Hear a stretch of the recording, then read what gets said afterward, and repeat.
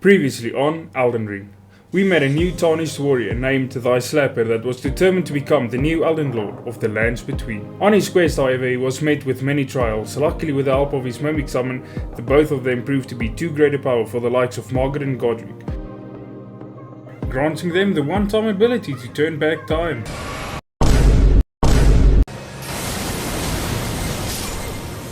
Which helped them defeat Renala and gain the ability of Immortal Rebirth. Round 2. Fight! As Thy Slapper travelled through the Lands Between, many tried to stop the Tarnished, but none prevailed. Not even the likes of Star-Scorched Radagon, the Fire Giant, or the Godskin duo were enough to stop the Golden Buzzer Act from Thy Slapper. Mountain top of the giants, na na na, grand lift of the roll.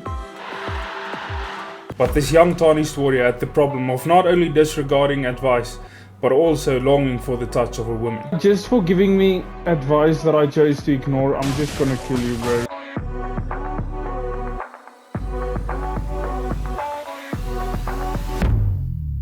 Will Thy Slapper be able to overcome his complete disregard for helpful advice, as well as his simping nature, or will it lead to his downfall? Find out in this thrilling conclusion of Elden Ring. That is a controller player. Harmanım, baba nerede çarşafım? Gördüğüm bu paketler benim dermanım. Hoppa yavaşça açıldı fermanım. Sakın kaçma buraya gel.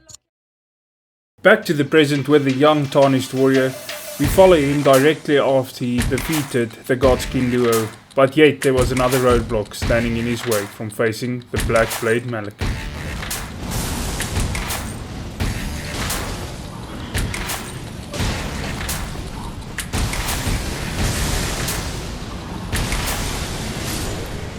Easy.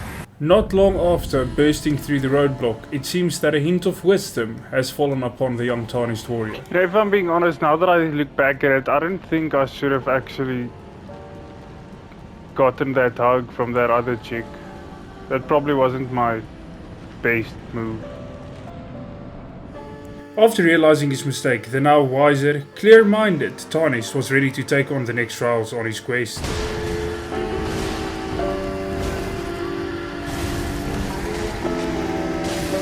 There we go. Phase 1 and done.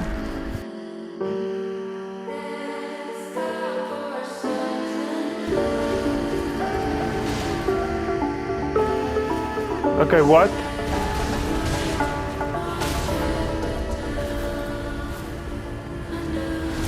There we go. That's got its thing. That's got its thing, my guy. It has to sting.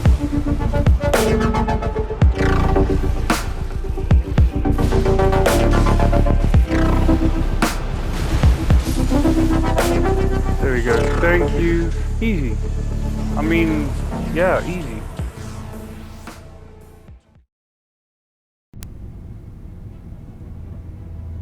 At last, we see the Death Rune hanging in the thin air as a symbol of balance. But the young Tarnished knows in order to defeat the Elden Lord, he must unbind the rune.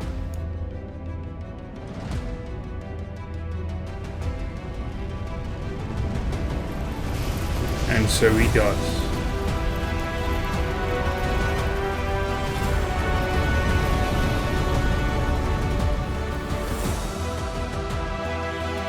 With Black Blade Malekith now defeated and the Death Rune unbound, the Lands Between would soon be overflowed with the embers of the burning Earth Rune. The Elden Lord can be killed. As the wind blows through his hair and the sand clings to his skin, the Tarnished finally awakens. And although the Tarnished is grateful for coming this far, he knows the path that lies ahead will be much, much more difficult.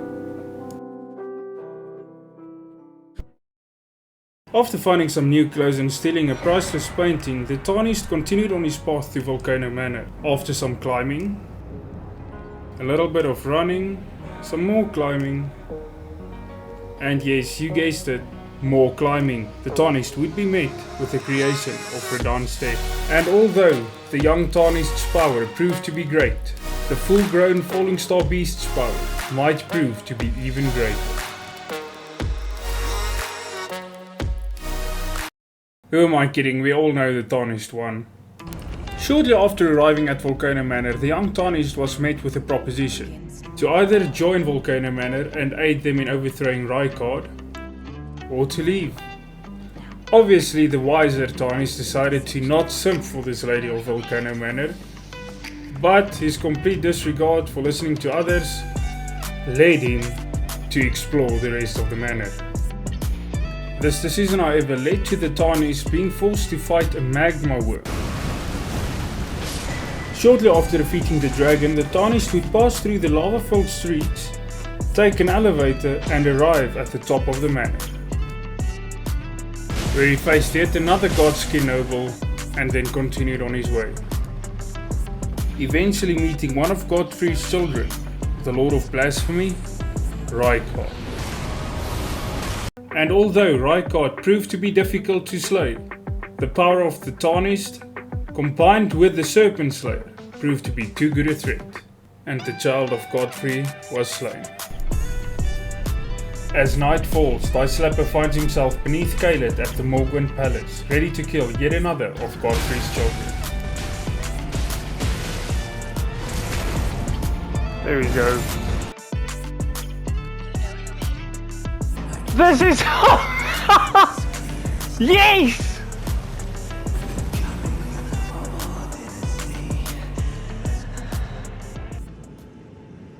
With Rykard, Radagon, Margot, and now the Lord of Blood defeated all children of Godfrey, it was time for the Tarnished to make his way to the Electree and face off yet another child of Godfrey. This time it would be Malenia, Blade of Miquella. As day breaks, the Tarnished was met with yet another child. This time he needed to face Commander Nile, who also possessed the skill of summon. But the summons proved to be no great threat, and the Tarnished was yet again victorious. Racing through the snowy lands, the Tarnished reached the portal who took him to Miquella's Electree, and although proving to be a hostile area, not even Loretta could stop the determination of Thy Slapper.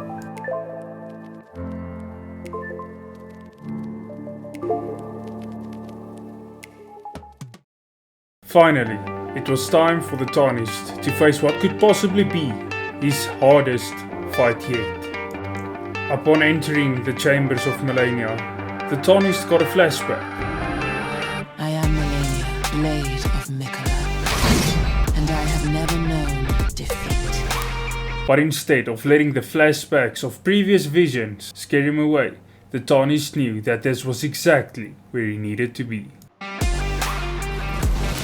And although the Tarnished was very confident, one strike from Malenia's blade proved to be enough to set the Tarnished on a back foot. Finally, the Tarnished goes in.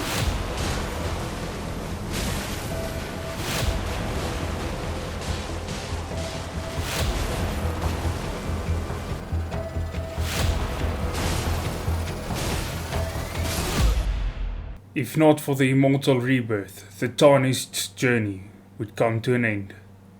Perhaps the Tarnished has finally met his match. The Tarnished had had enough. After a quick visit to Renala and some new gear, it was time to destroy Malenia.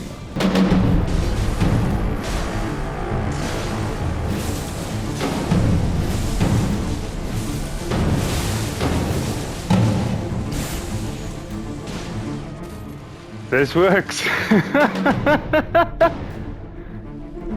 I'm actually so impressed by how well that worked.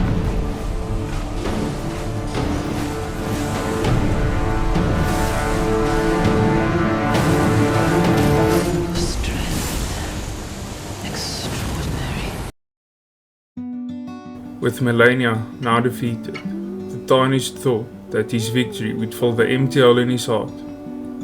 But it could not.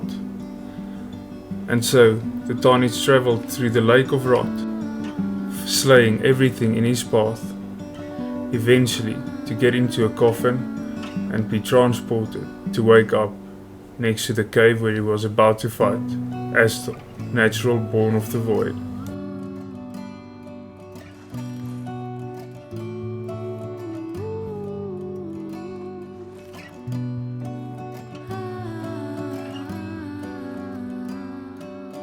With Astel now defeated and nothing left standing in his way, the Tarnished could finally give back the wedding ring to his beloved domestic abuse survivor, Ranni the Witch. Staring into the distance, the Tarnished remembered he had one last problem to solve before he could become the Elden Lord. He had one last problem to solve. There we go. Finally. Yep, almost there. One more. What? There we go. There we go.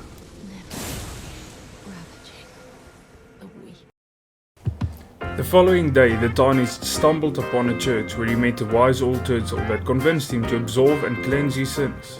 But the Tarnished knew that this turtle was racist.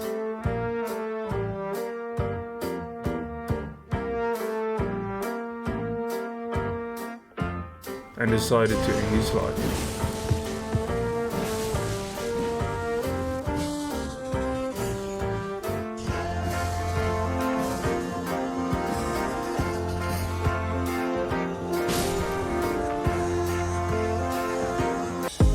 Nearing the end of the Tarnished quest, Sir Gideon decided that he was to stop the Ice Leper from becoming the Elden Lord. Unfortunately for him, he was mistaken.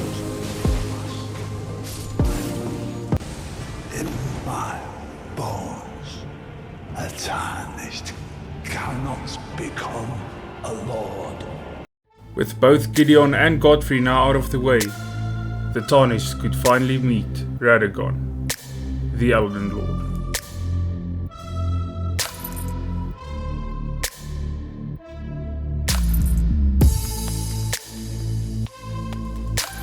The Elden Lord.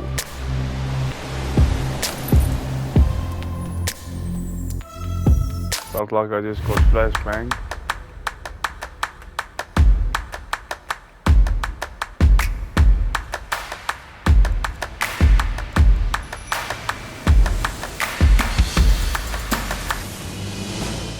Yep.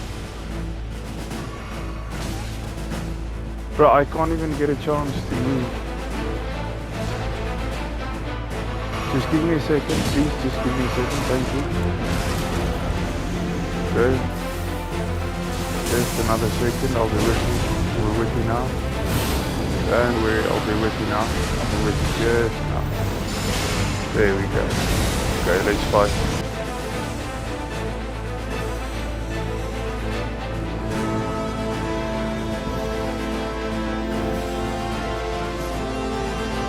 There we go. Just like that.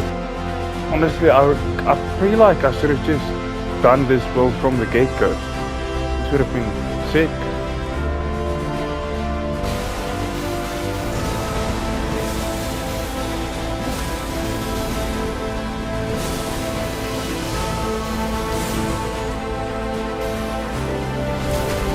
Oh!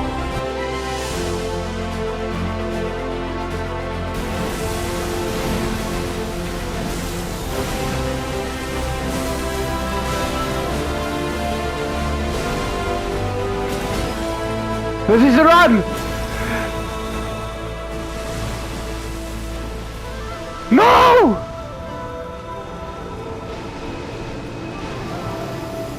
You bitch! He's actually on 1 HP!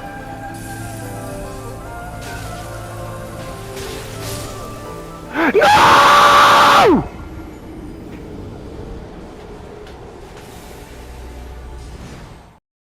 Pretty heartbreaking stuff, I know, but a few flashbacks later, the Tarnished finally slayed the Elden Beast and became the Elden Lord. What a thrilling and beautiful conclusion to a wonderful story of the new Tarnished warrior who became Elden Lord.